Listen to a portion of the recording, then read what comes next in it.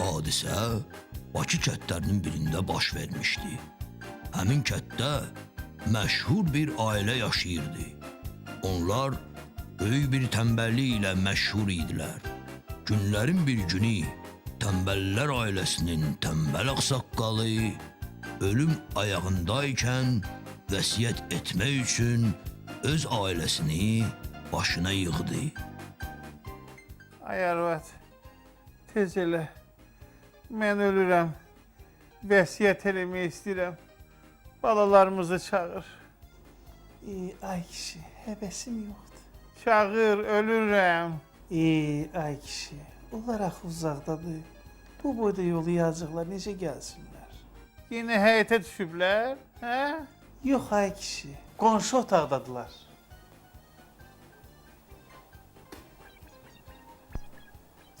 Yavaş ol da.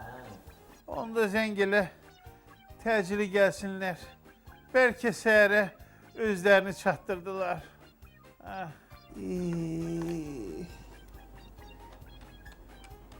Zəng elə, ölürəm.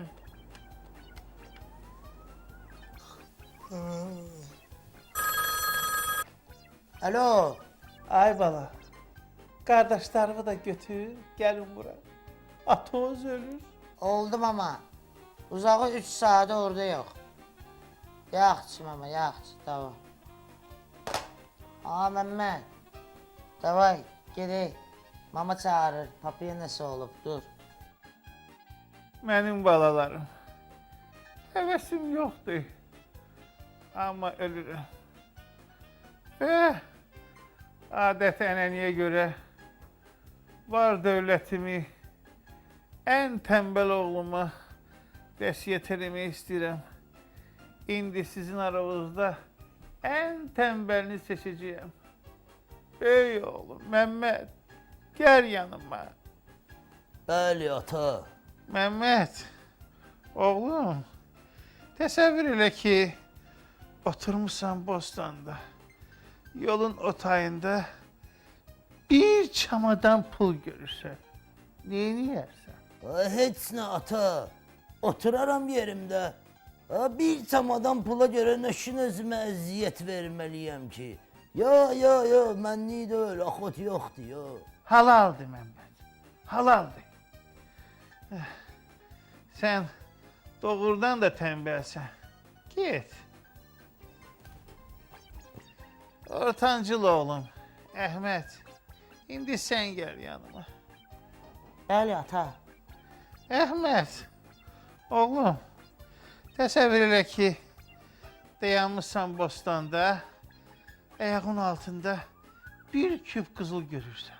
Neyini yersən? Hala heç nə ata. Duraram yerimdə, heç tərpənmərəm. Bir küp qızıla görə nəşin özümə əziyyət verməliyəm ki, hə? Bir də eyi, sonra qalx.